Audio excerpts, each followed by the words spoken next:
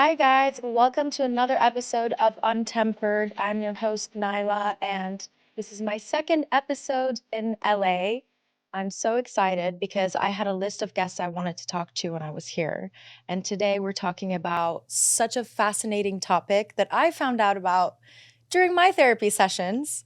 And today I'm sitting with Dr. Morgan. She is a attachment theory expert. I have so many questions for you. First of all, thank you so much for coming. How are you? I'm doing well. I'm so excited about this conversation. Me too. And I sneakily asked for one of your programs because I've been stalking your page, and I'm just obsessed because I didn't even know anything about attachment theory or really didn't understand like the core wounds that we have and how they affect us. And as I go to therapy and as I work on myself and do all of this self-research to try to understand my own brain, this came up.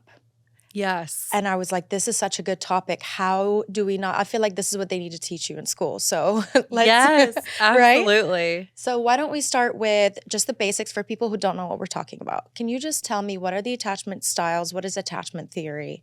Yes. And I want to say that for a lot of people, this is kind of the missing piece of the dating puzzle specifically. If you're going, oh my gosh, why am I attracting the same type of person over and over again? Understanding and applying attachment theory to your dating life will make a huge difference. But it also shows up in all of our relationships too. So yes, I'm really excited to tell your audience about the attachment styles. Attachment theory started in the 1950s. John Bowlby, Mary Ainsworth, they were studying parent-child relationships, and they looked at how an infant would respond when the mother left the room and when the mom was reunited. And they were able to develop these 4 styles out of that research. And then obviously since that time, it's grown so much and it's been really applied to romantic relationships. And we know that there are 3 insecure styles, and then we have secure. Secure is where we all want to be. Is anyone secure though? Yes. Is it like a thing where like we think we're secure attachment? We have secure attachment, but really like it's like, what's the percentage? So what shocked me when I was looking at the stats, it's actually about 50% of people.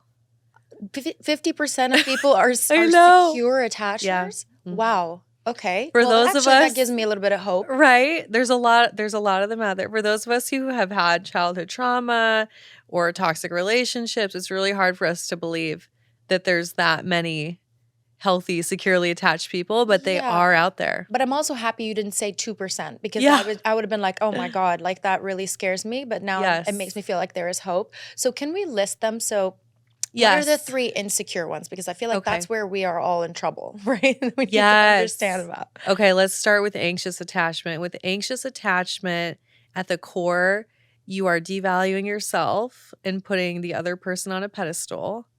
And you have a fear of abandonment. So it's this constant fear of, oh, when's this person going to leave me? When's this relationship going to end? I'm probably catastrophizing. I'm predicting it ending. And another thing is you really struggle with accepting reassurance. So someone could tell you, I love you. You're the best partner I've ever had. I'm so happy to be with you. And you wouldn't be able to accept it. Would you also like not trust it? Yes, not trust it. So there's a lack of trust as well. Yes. Okay. Yes. So and that's anxious attachment. Anxious attachment. And then with avoidant attachment, we are devaluing our partner a little bit and overvaluing ourselves. So I always think about it as relationship to self and our partner. And the reason that you're doing this with avoidant attachment is fear of intimacy. Right. It's like a defense mechanism. It's a defense mechanism. Yeah. Have you ever dated a guy where it's like they constantly make fun of you? Yeah. That can be avoidant attachment, or it could be narcissism. People confuse the two, which we can totally talk about that. But it's a distancing strategy. So with avoidant attachment, I'm really uncomfortable with intimacy and closeness, and specifically depending on someone. Because you're so afraid of closeness, because closeness feels like it's going to hurt and it's going to parallel with rejection. right? So Yeah. somebody will just basically try to remove themselves before it even happens. Yes, there's a lot of that. And there's a lot of just, if you think about it, this individual likely had a parent that really wasn't present. So they never really learned to be comfortable with closeness. Or if the parent was present, it was really toxic and not good. So they just never learned that comfort of, oh, I can be soothed or I can get support from someone. Yeah. So they just became hyper independent. So they became It's survival. hyper-independent. Yeah. So it's this whole thing of my brain learned in order to survive, I have to be independent. I have to take care of me. Okay. I can't depend on someone else. And that's avoidant Yes. attachment style. And Yes. what's the third one? So this is where most people with childhood trauma are. And this is the attachment style that I personally have healed from. And it's disorganized attachment. And it's 5% of people. And this is where you have a mix of anxious and avoidant. Okay. And you're kind of pendulum swinging between the two. So you take 2 steps forward, a couple steps back. I think that might be me. Yeah. You don't want to be abandoned, but you also don't want to be too close. Yeah. Kind of similar to lack of identity. Oh, that's 100% part of disorganized attachment. Yeah. And so, okay, so there's these 3. Can people identify their own attachment style? Because I've actually, I was telling a friend that I'm going to do this episode with you, and she told me what she thinks her attachment style is. And I was like, no, I don't think so. And then I started thinking, wait a minute, I actually thought my attachment style was anxious. And then actually I did your test. Oh my gosh. I did your quiz on your website. I'm so glad you did. I did. And it was really interesting because it says avoidant attachment style, 44%. Yeah. And then it says anxious, 33%. And then it says secure, 22%. And I was like, huh. And then I started to think, and I think I totally can understand that, because I think the secure part, which I usually would have never identified as secure because I do struggle with relationships. But I think it's because I have become hyper independent, where I'm like, you know what? If someone leaves, I'm okay. You're doing some healing. Yeah. You're learning how to show up for yourself. You're building self-trust, right? That's that securely attached version of you that's starting to be there. But with that, I would say you probably do have disorganized attachment to have such an equal spread. Yeah. But why do we not know sometimes what our attachment style is? Oh, we're until horrible. We start to really, really delve into it. We're just horrible at self-assessing, because a lot of anxious people think they're avoidant, which always cracks me up. I don't know if that's what your friend was, but they'll be like, I'm so avoidant, but actually they're anxious. She was saying she was, exactly. Yeah. And there's a thing, is there always a mix? Is somebody only anxious? No, there's always going to be a mix. Yeah, if they meet the right person, that might make them feel avoidant, right? Well, so the way I like to explain it is you have your toolkit and you have your tools that you use most frequently. Yeah. So if you really would spend majority of your time in avoidant, then that's going to be the one that you use the most. But maybe you have some anxious tools too, and those could come up under the right circumstances. Also, one thing that happens a lot is if you go through a really terrible relationship or a terrible breakup, a lot of people will overcorrect in their next relationship, and they'll kind of try the other attachment style. Yeah. So that's kind of a switch that I see. And I always tell people, we don't want to get so fixated on labeling ourselves. Let's just focus on understanding and gaining awareness. And then that's what's going to allow you to have compassion. Awareness equals compassion. Compassion equals change. I love that. And that's what we're trying to get at is in what you've dedicated your hard work to, is that there is a possibility to change Yes. your attachment style.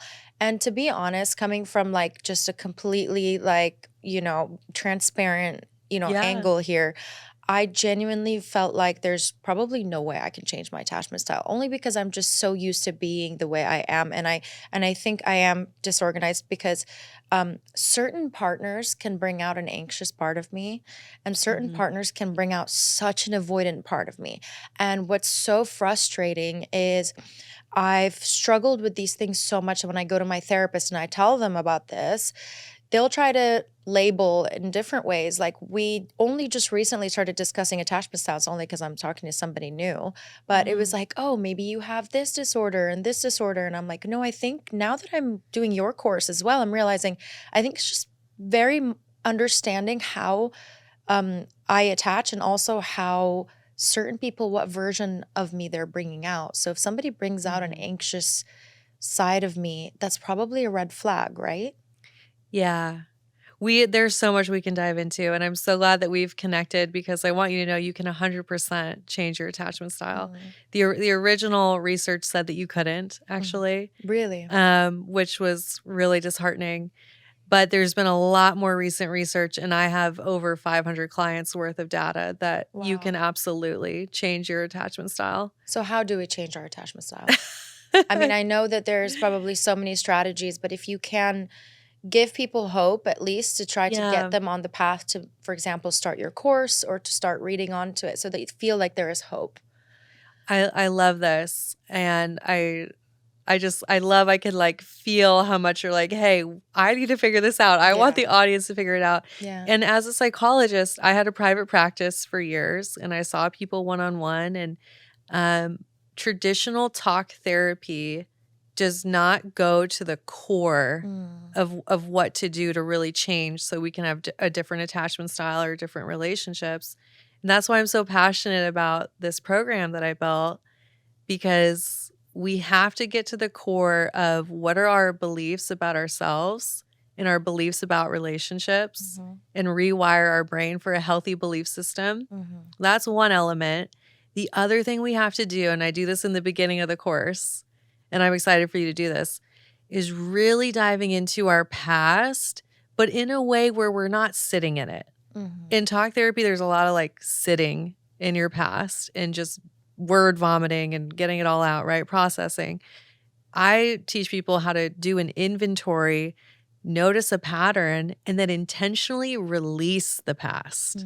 Like, let's wipe the slate clean and release the past. Sometimes that's so much easier said than done, though. It is. It's hard work. And I think maybe for some people it takes shorter amount of time. Some people it takes longer. And I think I want people to know that it's okay that if it takes long. It's totally okay if it takes longer. And I think one of the things to realize is that most of us have never done this, where we've looked at our relationships and we've acknowledged the patterns. And even just doing that, that's going to open you up to releasing it because you have so much more understanding. Yeah. So I'm so passionate about that. And then the other thing is developing your securely attached identity.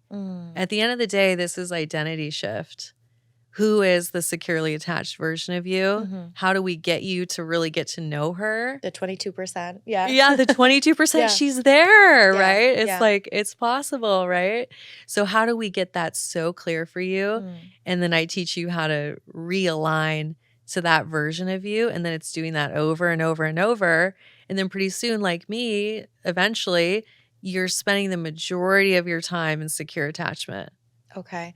And I think if we're able to kind of understand ourselves, understand our history, understand how it's impacted us, the core wounds, and we can kind of migrate into the secure attachment, then we probably can choose better partners. Yeah. Because I looked at, I started to journal a lot, and then I looked back at partners, especially when I was younger, and it was like back-to-backs of like almost the same exact clone. Oh, yeah. I used to always say it's like dating the same guy, different haircut. Literally. Like over and over. Exactly. Yeah. And I was like, wait, there's something weird about that. So, but it always felt like also I want to talk about the steps forward and then the steps back. Okay. Because that's paralyzing for me. Like, and I do that because I'm like, oh my God, I'm so in love. I'm so happy. And then something scares me and I'm like, hit the brakes. And then I feel the most insecure in myself, not just with my partner. I feel insecure in myself because then I don't believe that I can love correctly, because as soon as it feels like it's there, and it's tangible and I'm feeling happy, and it's almost like something just comes and like, just pulls the rug from under my feet. And you're saying that I can change that. But if I was like, for example, if I came to you right now and I'm your client, what would you tell me first if I tell you I know why this has happened. My mom was extremely dismissive and she was so moody. So she was like, goes from super loving to super toxic to super analytical, critical, and mean. And then the next day it's like, oh, she's in a good mood. So, I run to her and I get a hug. And it's like, as a kid, that's like that hug just like gives me all this trust again. And then she pulls the rug from under my feet again. So how am I going to be able to not expect that from my partner? Ooh, I love your questions. You're bringing it. So there's a couple different angles on this one. One of the things I want you to consider is called repetition compulsion, which is actually in my course. And this is where we look at how you're taking your childhood patterns, unconsciously, of course, and they're showing up in your adult romantic relationships. And what people don't realize is unconsciously, you're saying, this time I can get a different result. I can finally be good enough, or I can show up differently just enough that it's going to work out differently this time. Right? So you're replaying those dynamics, even if they are 2 steps forward, 2 steps back, you're replaying them because unconsciously you think that it'll make up for what happened to you as a child. Like, oh, this time if I can get this dynamic to work, that means my mom loved me. So it's really wild what the brain does there. And then the other thing I would really be so curious to do with you is, what are your current beliefs about relationships? And I'm not saying surface level, like unconscious, deep, what your brain currently believes to be true about relationships, that needs to change. Yeah. And then that hits hard. Yeah. That hits hard because I asked myself that question. And I think it was only because it was a question that was written in this journal. And I was like, oh, interesting. What do I think about love and what do I think about this? And I think I still believe that love is war. And I don't really know how to change that. Obviously, this is part of my process. Like me starting this podcast, me sitting in front of you, lucky enough to sit in front of you, and going to therapy and working hard. And that's why I'm saying it's okay for it to take long, because this has been like maybe 3 or 4 years of me working really hard on it. It takes as long as it takes. Yes, exactly. But I do think, I want to be able to trust the process a little bit more. So that's really interesting that you would do that with me, because I think that would be great for me to do. And it's everyone. No one, and we never learn this, and even traditional therapy doesn't talk about this, but you have a file cabinet in your brain that is labeled relationships, and you have a ton of stuff stored in there about, how am I supposed to be? What is a relationship going to be like? What happens when I get close to someone? I guarantee you have a belief, when I get close to someone, they will find a way to hurt me. Yeah. Absolutely. So that's not helping you. And it's in my subconscious because I don't actively sit there and think that. Right. I just know it's there. So my question is, can we change the subconscious? Yes. We can change the conscious thinking day to day and try to reframe the narrative and create new neural pathways. Yes. But can we actually change the subconscious? Absolutely. Our core, like what we can change our core foundation? beliefs. Wow. Yeah. So when was we'll talk about, in general, but I want to ask you a little bit more personally, when was my attachment style deep-rooted in me? What age was it where I felt all this? So because my memories are for like being 6, 7, 8, 9 with my mom, but when does it actually happen? It starts to form as soon as you're born. Oh my God. Your first cry as an infant, how are you responded to? It begins immediately. Yeah. Oh my God. You know, I have a daughter, right? Yes. She's 3 years old. Yes. And I'm just thinking, oh my God. Okay. I'm like, okay, so how do I make sure to give her a good basis for having a secure attachment? And one thing I want to make sure people know, and that you know this too, secure attachment is not perfect. I think sometimes we get in our heads of like, oh, I have to always be perfect. That's not what it is. It's a loving bond that, as a parent, you're offering the child support, reassurance, you're present with them, and they know that they can go to you when they need help. And they also have built enough internalized self-soothing and they can respond to themselves well, that they have that ability to be independent. So this word that I love is interdependence, not codependence, not hyper independence, interdependence. Yeah. I depend on me and I can depend on you. That's what we want in our children. Of wow, they can come to me and they know they can depend on themselves and go out into the world. Yeah. It's basically letting them feel safe. They're Yes. not going to get rejected Yes. by us. There's no emotion that's too big. They're not too much, right? Here's the wild thing, and this puts pressure on parents, I know, and I have a niece and nephew, so I think about this with them.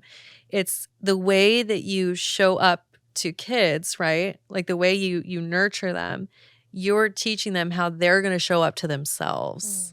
You are building their internalized parent. That's fascinating. You internalized parent. I love that. Yeah. So we're basically giving her, God, thank God I'm doing this then, because I'm building the right toolkit to be able to help her. Yes, you are. Wow. Okay. So when it comes to attachment styles, let's say we do the work, we try to change, we hopefully are making progress. Okay. Flash forward. How do we deal with our partner having a different attachment style? We can't be their therapist. So like, how do I deal with if I'm, let's say, starting to become a little bit more securely attached? I'm seeing that the pattern is I've constantly attached to somebody who isn't right for me, or that makes me feel anxious, or constantly gives me like little teardroppers of rejection. Yeah. So do you just leave, or what do you do? What's the right conversation to have with your partner to be able to be like, Well, there's so much to this question. One thing I will say is when you start to become securely attached and you're changing your belief system and you're really healing your relationship with yourself, you're going to be attracted to all kinds of people that you weren't attracted to before. It's like, where did all these partners come from? They just fell from the sky all of a sudden. Yeah. Like, there's all these healthy, emotionally available options that suddenly you're attracted to that you weren't attracted to before. So that's always fascinating. Happens every time. My clients will be like, "It's raining men. Where did all these men come That's from? awesome. They're so available." I'm like, "Yes, this happens." There's hope, ladies. Yeah.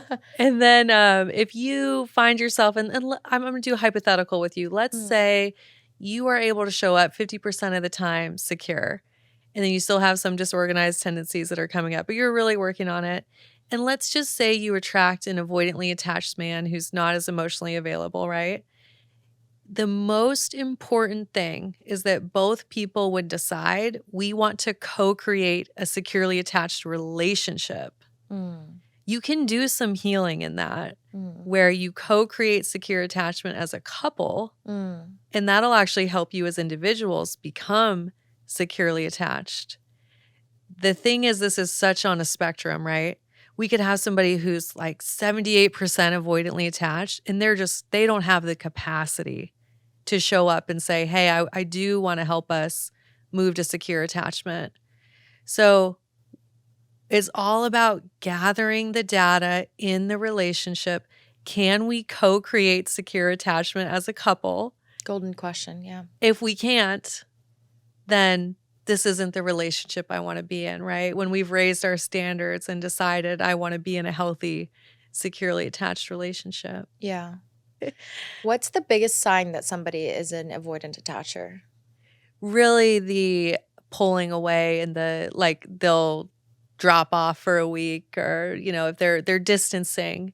And usually you'll notice it after something was really good. You had a very passionate night. Not when something's going wrong, just when something's actually doing good. Wow. To know it's avoidant attachment, because that could even happen with anxious, like a sign that yes, it's avoidant attachment is, wow, I felt so close to you. And then you started an argument or you pulled away, right? They're very comfortable with that. Oh, I'm getting more deeply involved. I'm becoming closer to you. So they're going to do anything to try to sabotage that unconsciously. Are they the most self-sabotaging style? Anxious is sabotaging as well. All of the insecure styles are sabotaging. Okay. There's protest behaviors that are not serving any of them. What's a sign of an anxious attachment style? Like So, calling 100 times? Is that what it? yes, Yeah. yes. Anxious attachment is I can never get enough reassurance. Oh, And with anxious attachment, you are so susceptible to codependency. So you're wanting to merge with the other person. oh gosh. Okay. It's like, hey, I want, they're really into snowboarding. So I'm gonna I'm mirror going to that. become a Yes. snowboarder. Yeah. You're trying to merge your identity Oh gosh. so that you won't be abandoned because you believe I can be a chameleon and then I won't be abandoned. And as you can imagine, that can be pretty off-putting for an avoidantly attached person. That scares me. Yeah. Like if somebody calls You're me twice in a terrified. row, I get so I'm like, oh my God, how clingy. How clingy. Well, and you want to know the wild thing? Mm. This is so nuts, is that anxiously attached people are drawn to avoidantly attached people. Oh, we Like need a to talk about this. magnet. Wow. So Yeah. why are they drawn to each other? They fit each other's beliefs about love. So with anxious attachment, I believe that I have to work hard to earn love. Okay. It's not really available to me. I'm not good enough. I'm going to be abandoned, right? People are going to pull away from me. That's what I believe to be true. With avoidant attachment, I believe, people want too much of me. I'm going to lose my independence. People are so needy. So they, just like a magnetic force, they fit each other's beliefs about love. It's like a ping pong match. Yeah. My gosh. It's wild. And it's biological. That's the thing I should mention too. It's in our biology. We can feel it. You can feel when someone is avoidantly attached or anxiously attached. Yeah. Yeah, definitely. Yeah. I can feel myself be avoidant. I really want to change that about myself. I really, really do, You because can. and I'm glad you're saying that, because I really didn't think that for a second there I thought, well, this is just the core of what my trauma has, the effects of my trauma on me, and I'm just going to have to find maybe somebody who's okay with it. And that was Yeah. my thought process for a while. And I think maybe a lot of people probably will think that, because they don't realize that you can change something so deep-rooted in you. This was my biggest pet peeve with Amir Levine wrote this great book called Attached.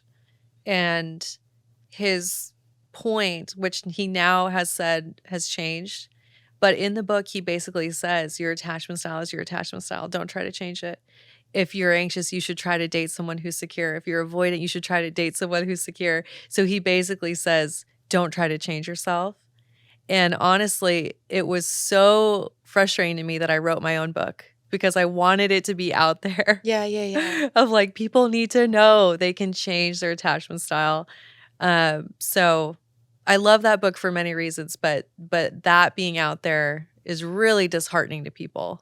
Of course. And Yeah. you give people tools to be able to actually change that. Yes. Yeah. But if we're learning all these things then men aren't learning any of these things. Like I told my guy friend about attachment styles and he's like, huh? What?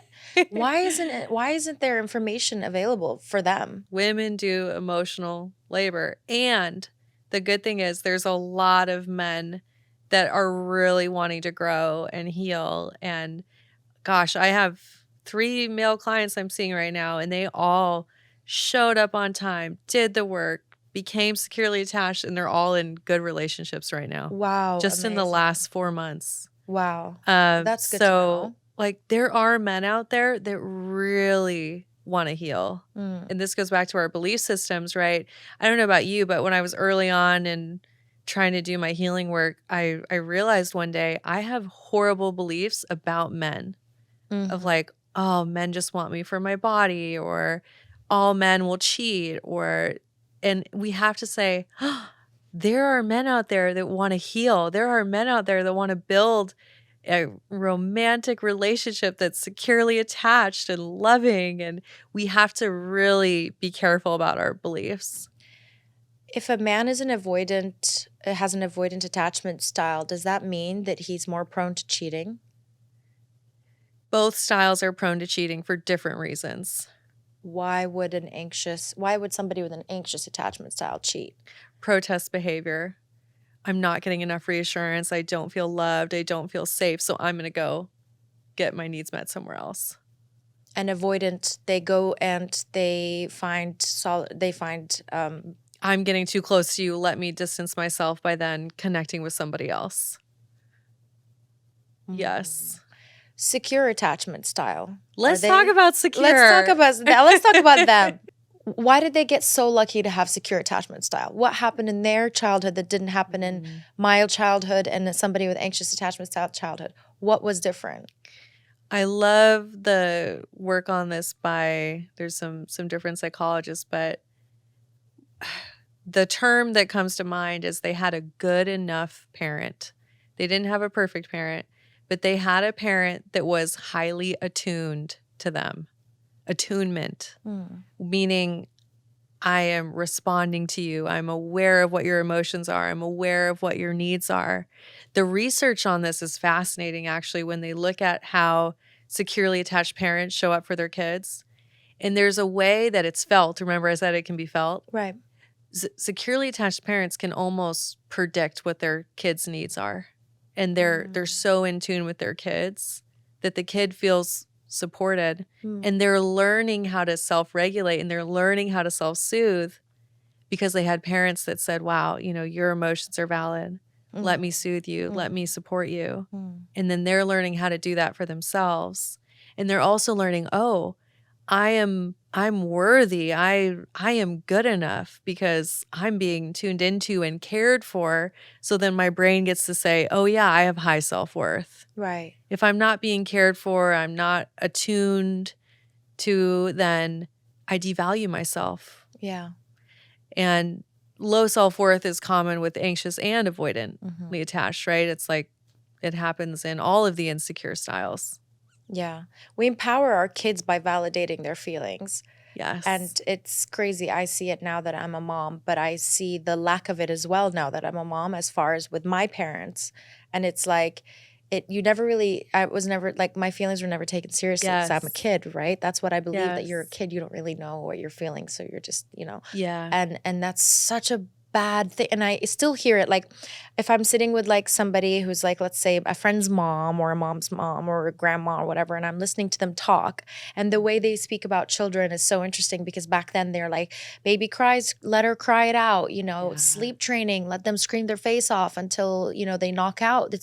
I even heard my friend's grandma say it's really good for their lungs if they cry. That's terrible. And I just wanted to cry because I thought, oh my God, there it is. That's what it is. That's what's going on. And so if you were to give me a few, moms are watching this, right? Yes. And they're like, oh my gosh, I want to do the right thing. And of course, we're constantly as moms thinking that. Yeah. And there is a lot of pressure, but all we can do is do this, like listen to people like you speak and learn as much as possible. So how do we raise secure kids? I love this question. So definitely tuning into them, being attuned, validating their emotions. So if your kid comes and they're screaming and crying, you can say, hey, I see you're really upset right now. And of course, I think the natural response is to try to get them to stop. Before that, you need to slow down. You need to validate and say, wow, you're really upset right now. Make sure they are feeling seen. And then teaching them how to self-soothe. What does it look like to calm our emotions? Sometimes with kids, they're too young to learn that, so we can use some distracting, like maybe we're going to redirect them to something. But the point is you're tuned in and you're helping them move through their emotions. You're not just saying stop it or go to your room or you're in trouble. You're helping them process through their big emotions. And then another one is boundaries. I always tell people boundaries are hot. Like secure attachment has boundaries. So it's okay to say no. It's okay to say no. We know what to expect. With insecure attachment styles, the common theme is we didn't know what to expect. It always changed, right? So with secure attachment, you know what to expect, and that helps tremendously. And then also that teaches them that they can have boundaries. Right. Which is great. I relate to this because so for example, when I was a kid, if I didn't want to give an adult a hug or I really liked my own space, I would be forced to come into the room to give them a hug. This would usually be like relatives or even like if a friend came over, my mom would want to show off, just show that her daughter's affectionate. So she would almost like force me to come into the room and be like, come and kiss everyone and give everybody a hug. And I would have to like, bring food and everything. And I didn't realize how that was going to manifest in my adult life, but I struggle so much with people pleasing. And honestly, up until maybe recently and still struggle, like I don't say no to anyone. It's so hard for me to say no.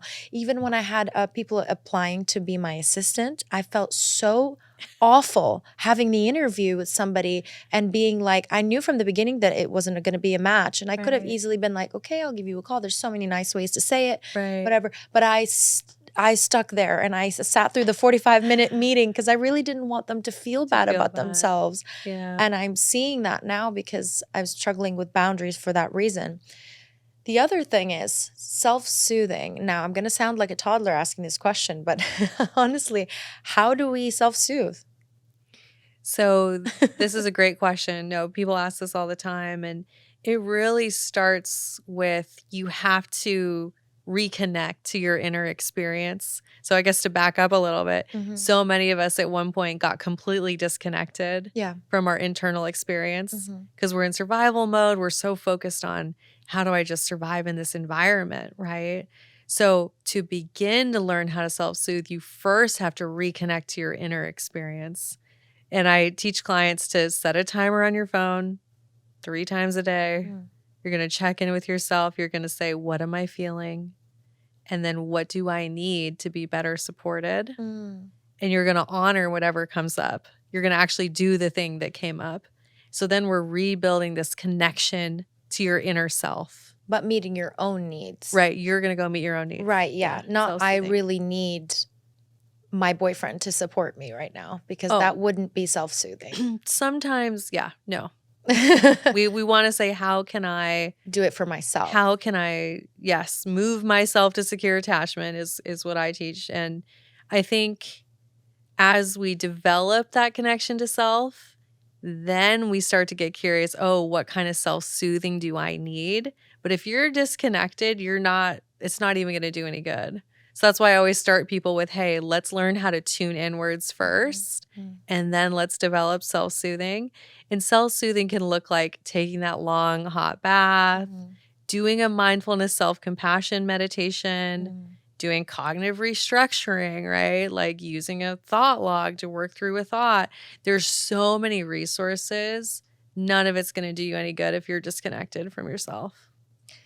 You said, I love that. Now I want to talk about you personally. You said that you had a disorganized attachment style, and now you are proudly mostly secure attachment. Yes. Have a secure attachment style. Yes. A lot would have to go wrong in a day for me to revert. Yeah. How do you feel about that person you were before? Do you still remember her completely? Does it feel like you've been reborn? Like, how does it feel to transition from that to that? Oh, that's such a cool question. Gosh, I have so much compassion for her. I think when I think of her and I can look at old pictures of me binge drinking on the weekends and just all the pain and the cycles that we're repeating and looking to be chosen to see that I was good enough. And I just have so much compassion for her. And I think it's like this big relief. Like, whoa, my life is just so much easier now. Like I think about who I am now. I have so much ease and peace, a lot of peace in my life. I have an incredible partner. We're almost at 3 years.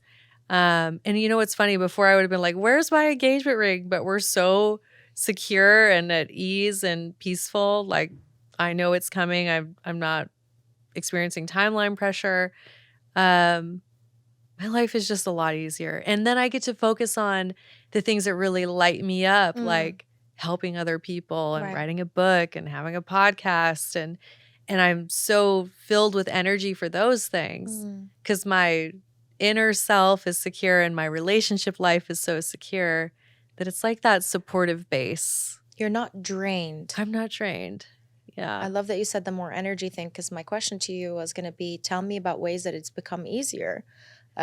Just for people who find the transition so out of scope for now. Yeah. And so the energy part, I can feel that, because when I feel avoidant, I feel drained, even though I'm the one running away. Yeah. Which is so funny, because I can't even imagine what my partner is probably feeling, 'cause they're anxious. And, like, I'm so tired constantly from trying to run from everything. So that's really interesting that you're saying you have more energy, but you don't even have to spend so much of you just get your energy back. You get your energy back. And I think realizing that when we have a dysregulated attachment system is the official term I like to use, because your brain, it's an attachment system, right? When you have that going on, you're in fight or flight mode pretty frequently. Oh, yeah. So you're running a marathon emotionally all the time. And I did that for 27-ish years. Wow. I know what that feels like. Yeah. And it is exhausting. And you either get to a rock bottom, or hopefully you listen to a show like this and you go, oh, I think I could change this, right? But a lot of people will get to a rock bottom. So what does Morgan with secure attachment style have on her checklist for meeting a partner before you met him? Oh, yeah. So one of the most beautiful things I would encourage anyone listening to do this, think about, how do you want to feel? That's your North Star. How do I want to feel in my ideal relationship? What are the core things? For me, I wanted to feel desired. I wanted to feel emotionally safe. And I wanted to feel loved.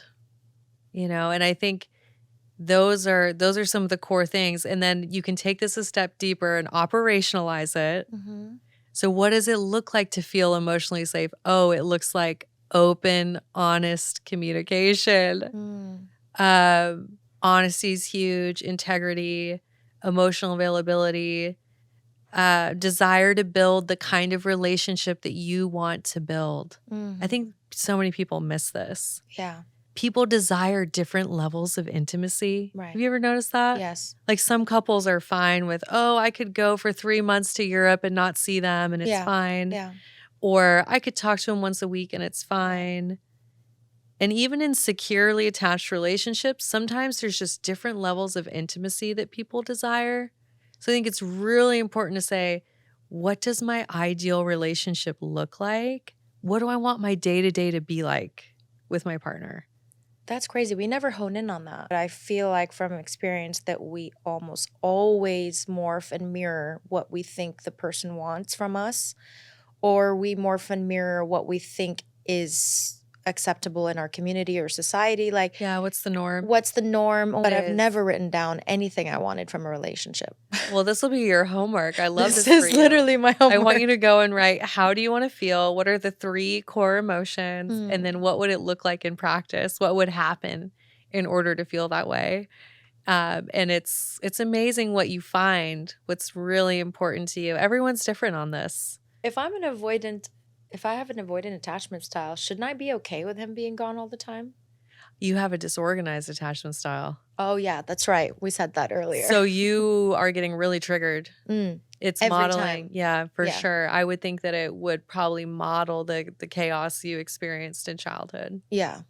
Yeah. Yes. You're good. Of course you're good. I've You're been doing this for a long time. Incredible. But I love that you have dedicated, like, because you're an example. You've done it yourself. Yeah. And you look so happy and bright and glowing. I want this glow. I want to be able to have a secure attachment style, but I can't believe that we are never told that we can change these things. And the more I do these podcast episodes, the more I'm learning from experts that it's not easy. It's so possible to change our brains and redefine the way we think and the way we see things. Yes. And this especially, I mean, imagine how we would connect differently to the world in general, not just with just partnerships and relationships, with our children, with our friends. Work, everywhere. With work. Yes. And we would just be able to, I guess, be at peace. What you said is so true, because I think the fight or flight has been in me for so long that I feel tired all the time. I have so much compassion for you. I was working on some social media content today, and I wrote this quote. I said, a regulated nervous system is the new 6-pack. So secure attachment allows you to come home to yourself and have that calmness and being able to show up that way for yourself, obviously, first, and then to the world as well. Yeah. It starts with you, and then you can do it to others. I love that. Can you please tell everybody everything about your book and also about your program, which I'm starting today. I should have started before, No. but I can't wait to start it. I'm so excited for Yeah. you. Well, this has been such a fun conversation. Thank You're you one so of my much. I most loved it. vulnerable interviews ever. And my podcast is called Let's Get Vulnerable. So that's saying a lot loved it. coming from me. I really Thank you. appreciate you. And yeah, so you can check out the podcast, Let's Get Vulnerable, anywhere podcasts are aired. I do 2 episodes a week. There's over 400 episodes on attachment theory. Awesome. Wow. So people can go binge that. You'll love it. I mean, how could you not, with all this information out there Yeah. that you're putting out in these amazing resources to help? Yeah. So what you're doing is so incredibly important. So amazing. You're changing lives. Thank you. Thank you so much for everything that you're doing. And thank you for giving me the time to come here. Oh my gosh, I love this conversation. Me too. I really, really appreciate you. Thank you so much. And thank you guys for watching. And I'll see you next week.